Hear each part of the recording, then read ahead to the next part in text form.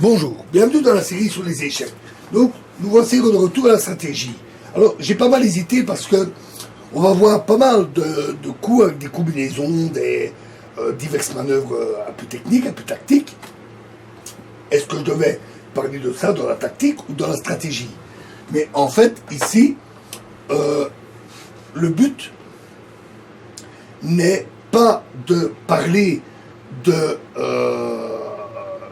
pure combinaison, mais vraiment de manœuvres pour la position, pour obtenir divers avantages positionnels. Il s'agit donc de stratégie. La stratégie combine les mécanismes tactiques, l'ouverture, la finale, et des règles d'occupation de colonnes, de cases, etc.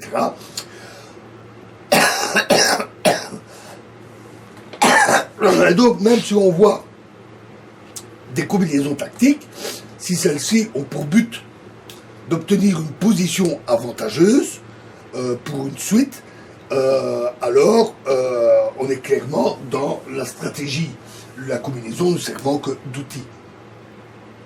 Donc, on va voir ça en stratégie. Alors, on a vu toute une série d'attaques sur le roc. Donc, on va maintenant parler de la préparation de l'attaque. Parce qu'il nous manque l'articulation entre deux parties que nous avons vues. Nous avons vu les ouvertures et nous avons vu des combinaisons d'attaques sur le roc. Mais que se passe-t-il entre les deux? Toutes les combinaisons que nous avons vues, elles fonctionnent, elles marchent parce que le joueur avait préparé son attaque sur le roc. Il avait préparé les conditions favorables. Il est bien entendu que plusieurs coups avant d'arriver à l'attaque elle-même, il n'avait pas calculé toutes les combinaisons possibles. C'est beaucoup trop vaste, c'est impossible à réaliser. Même un ordinateur ne le peut pas d'ailleurs.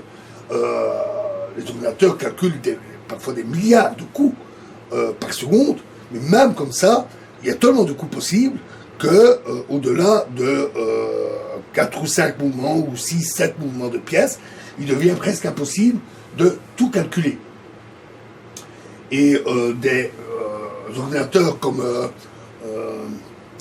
Alpha Chess ou AlphaZero qui raisonnent de manière beaucoup plus stratégique ne calculent pas non plus toujours tout en détail à l'avance.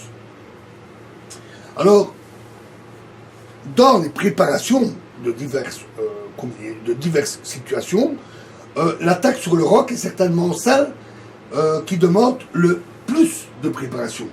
D'abord parce que c'est l'attaque ultime, c'est l'attaque sur le roi, le mat, et c'est évident que dans l'ouverture, par exemple, on ne calcule pas déjà comment on va faire échec et mat. C'est vraiment toute une série d'étapes pour arriver jusque-là. Et en plus, il y a une grosse différence entre dire je vais contrôler telle case, je vais occuper telle colonne ouverte, ou profiter de telle diagonale. Ça, c'est des objectifs ponctuels assez simples, tandis que attaquer un bastion tel que le roc est évidemment plus compliqué. Alors, il faut donc préparer les conditions favorables à l'attaque et la manière de les réaliser, savoir comment les réaliser. Alors, un premier facteur, c'est le centre. Selon qu'il est ouvert, les pièces circulent facilement, stabilisé. Hein, on a vu quand il y avait de la tension et puis après des échanges qui stabilisaient le centre, bloqué, comme ici dans ce petit exemple, où plus rien ne peut bouger, en tout cas pas facilement, ou bien plutôt dynamique parce que les pièces sont encore très mobiles au niveau du centre. Dans ce cas, les méthodes d'attaque diffèrent. Si le centre est bloqué comme ici, les joueurs en sont réduits à jouer sur les ailes. Donc là, il n'y a pas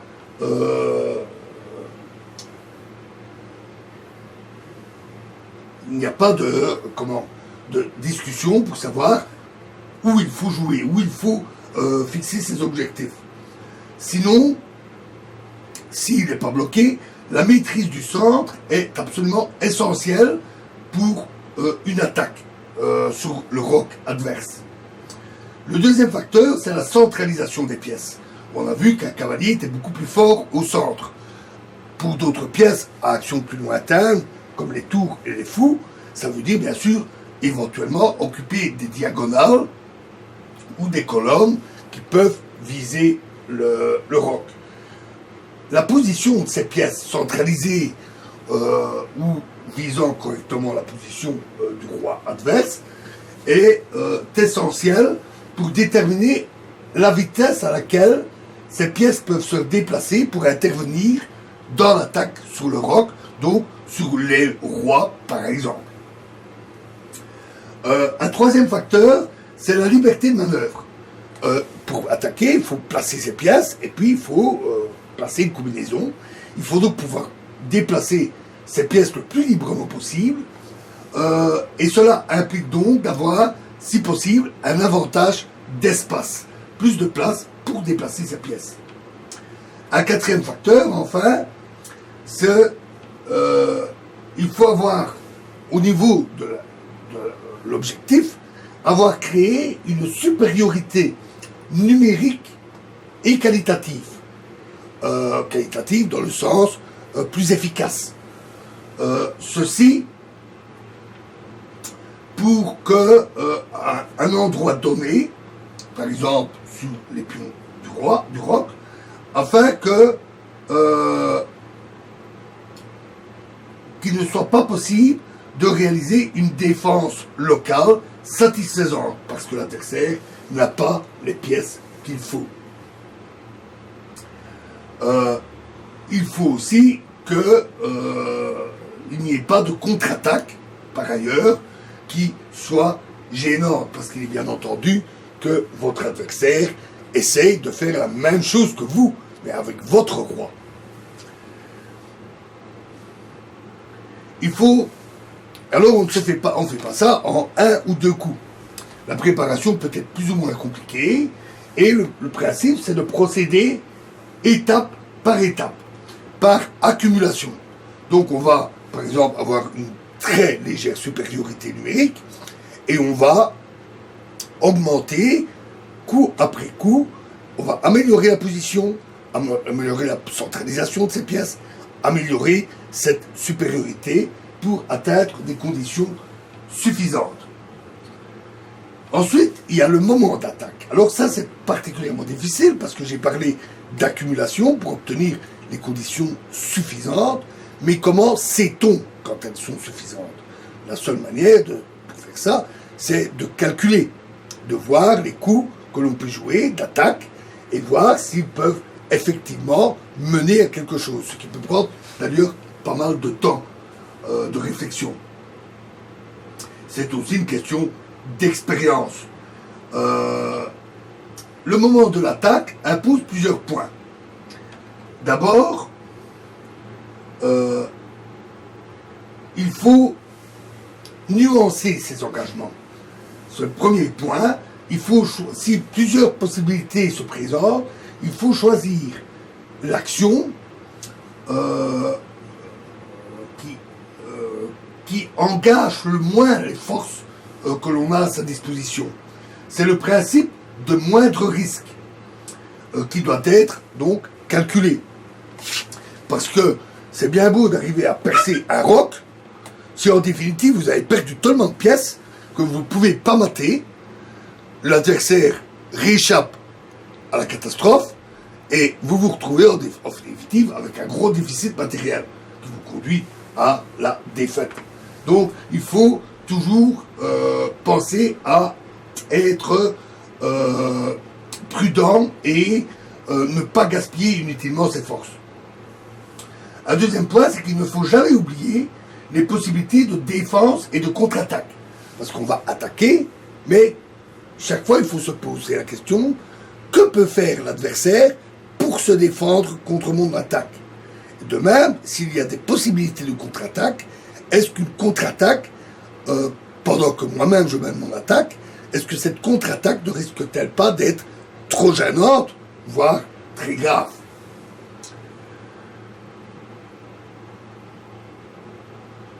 Un troisième point important, c'est qu'il ne faut pas perdre de vue que mener une attaque implique deux types de concessions. D'abord, une décentralisation des pièces, puisqu'on avait, par exemple, centralisé un cavalier, positionné des pièces pour viser le roc, et tout part à l'attaque. Et donc, tout part du côté du roc noir, ce qui automatiquement affaiblit d'autres parties du jeu. Et de plus, on sacrifie des pièces, par exemple pour détruire les pions du roc, comme nous avons vu avec ce sacrifice de fous qui démolissent les pions du roc, et ces concessions ne doivent jamais être perdues de vue. Tout d'abord parce que, comme je l'ai dit, les pièces qui partent à l'attaque affaiblissent donc d'autres parties du jeu et peuvent mener à une contre-attaque. Et deuxièmement, il faut que le gain soit suffisant, soit un mat, là c'est évident, soit un gain matériel qui est supérieur au sacrifice qu'on aura dû consentir, ou un gain positionnel supérieur à la perte de centralisation. Sinon, on arrive à la situation où on rentre dans une finale qui est perdante.